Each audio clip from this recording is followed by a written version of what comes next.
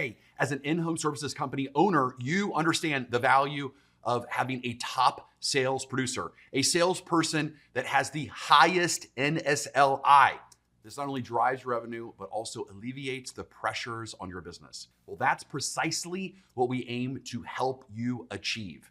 In 2019, recognizing the need for truly exceptional sales talent, I integrated a dedicated recruiting division into my in-home services sales training company. Although our training was improving sales, the full potential wasn't being realized without, of course, the right salespeople on board. So here's what we do. We will headhunt a top sales professional for you. We're going to provide intensive onboarding, training, and coaching tailored to your specific needs for 90 days. Moreover, we stand behind our service with a 6-month performance guarantee. For a very, very low investment of just $16,000 per recruit, our commitment is clear. Our recruits will outperform and outsell your current salespeople by a significant margin. If you're ready to enhance your sales performance and secure higher profits, let's discuss how we can bring a top-tier sales producer to your team. We only onboard 2 clients per week so we can maintain operational excellence. So if you're ready to get started, then contact me, Jason Forrest, or a member on my team at sales@fpg.com. And one more thing.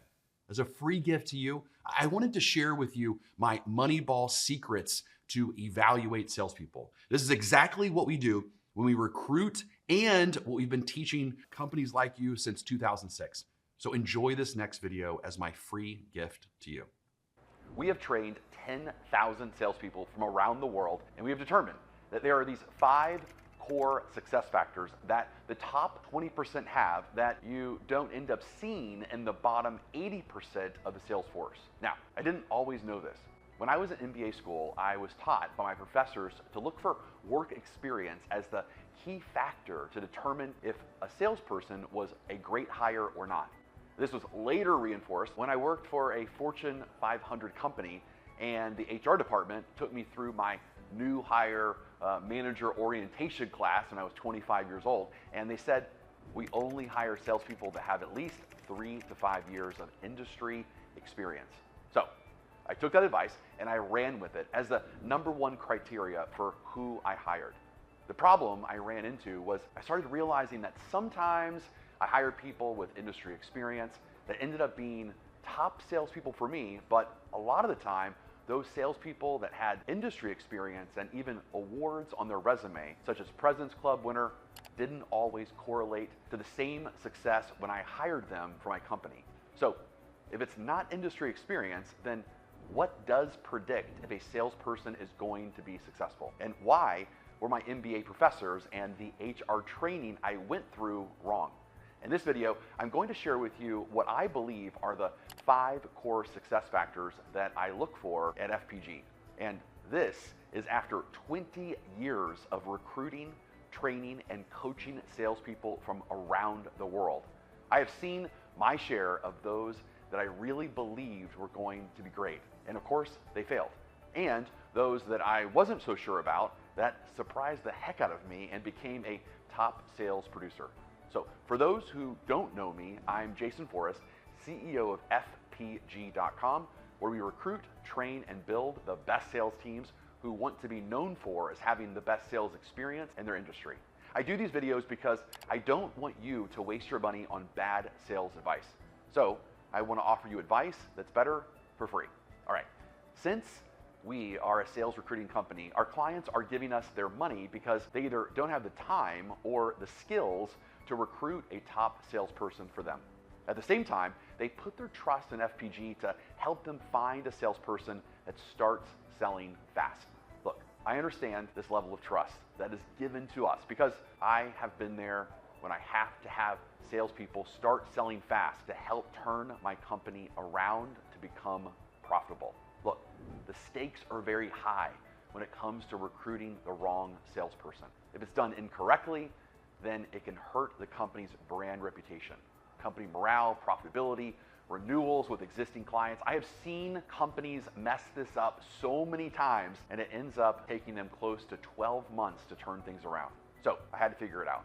So in this video, I'm going to share with you 5 factors that so many companies overlook when they're recruiting and hiring salespeople, but have become the must-haves for us and the hundreds of sales organizations we represent.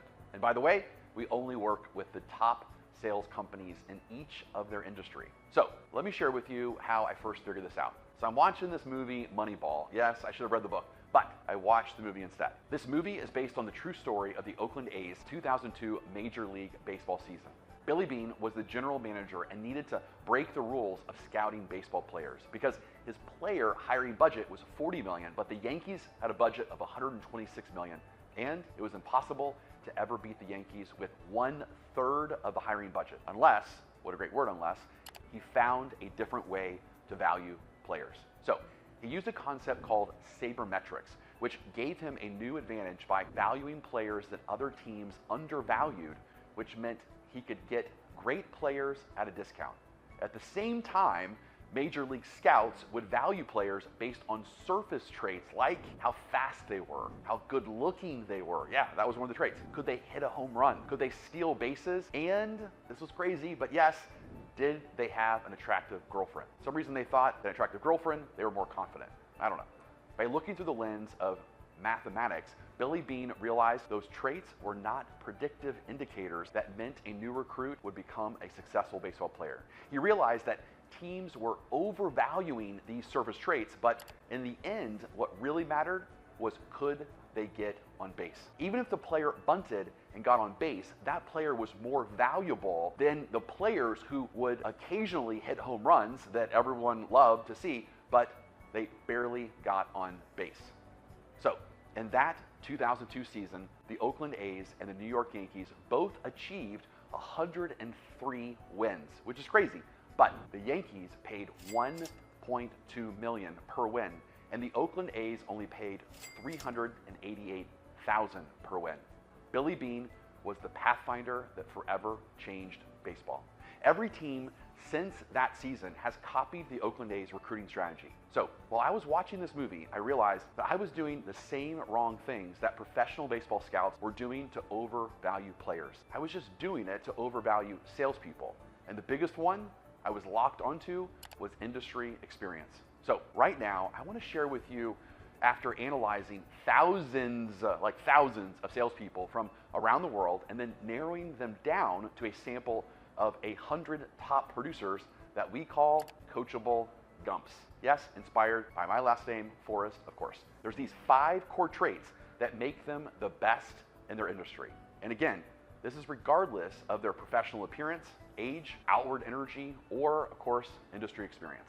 As I go through each core trait, I want you to determine, based on my description, if the people on your sales team have this trait. So write each salesperson's name you have on your team down on a page in front of you, so you can write if they have the trait or don't have the trait next to their name. All right? Are you ready? Because here are the 5 core traits of a top sales producer that, again, we call a coachable G.U.M.P.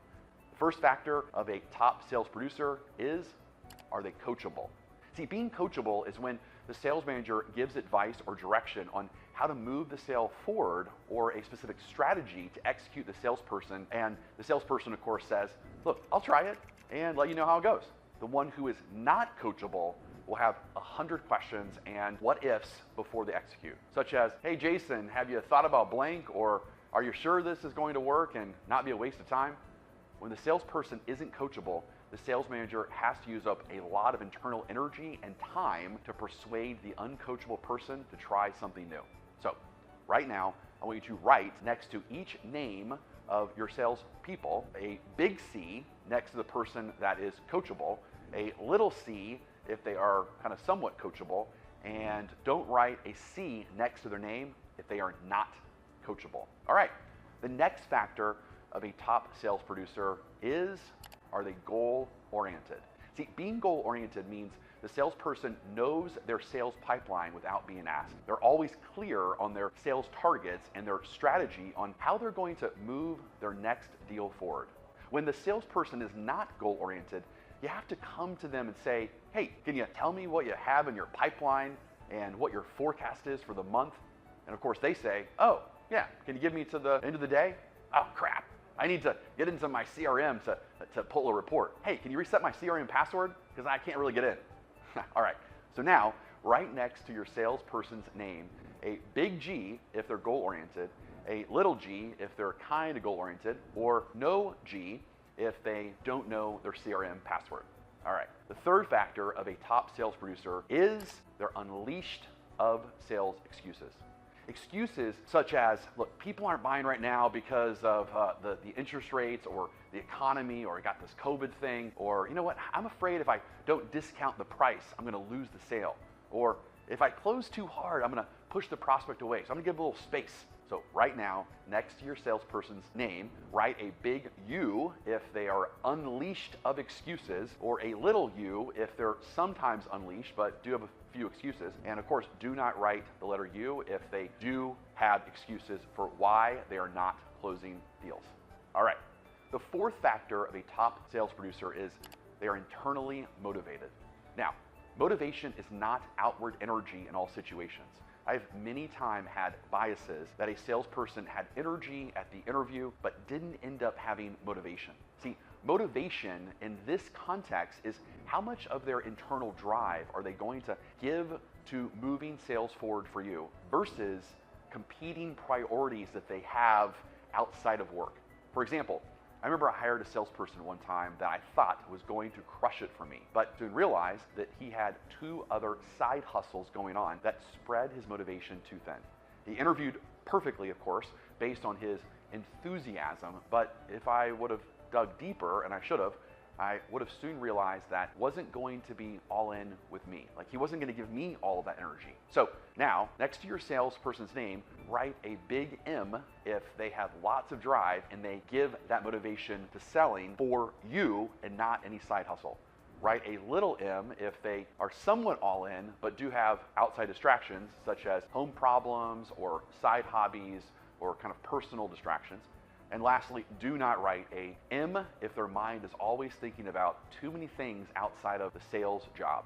All right, the fifth factor of a top sales producer is, are they procedural? So being procedural is one of 65 different meta patterns in the brain. These patterns are how each of us are internally wired.